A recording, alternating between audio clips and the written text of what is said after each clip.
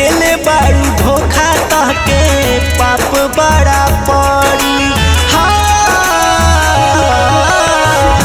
दिल के बेचैनी बढ़ता रे हर घड़ी। देले बारू धोखा हमके पाप बड़ा पड़ी। ऐसे बढ़िया बाटे जिंदगी में ही अकेले रहना, मोहब्बत ना करना, मोहब्बत ना करना। आशिकों से बस ही इल्तिजा है मेरी, मोहब्बत ना करना, मोहब्बत ना करना।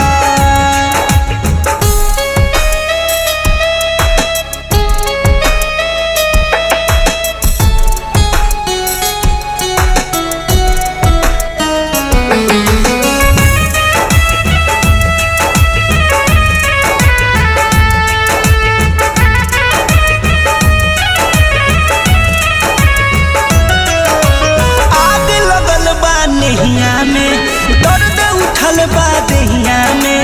लोगवा हमके ताना मारे चली जब रहिया में।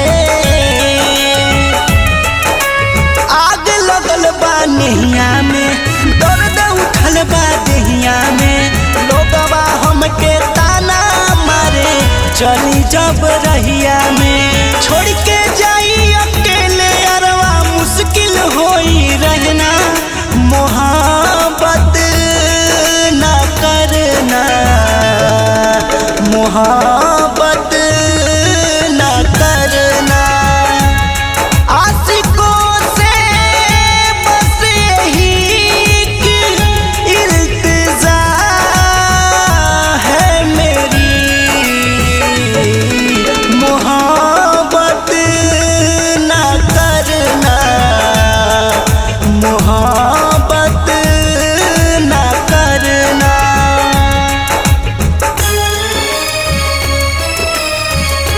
Music by Aarti Chandan Studio.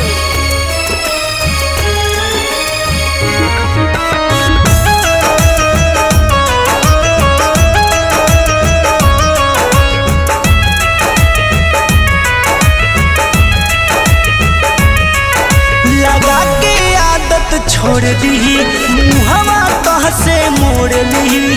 तड़पत दिल खत रह जाई बाऊ, दोसर जाके खोज ली।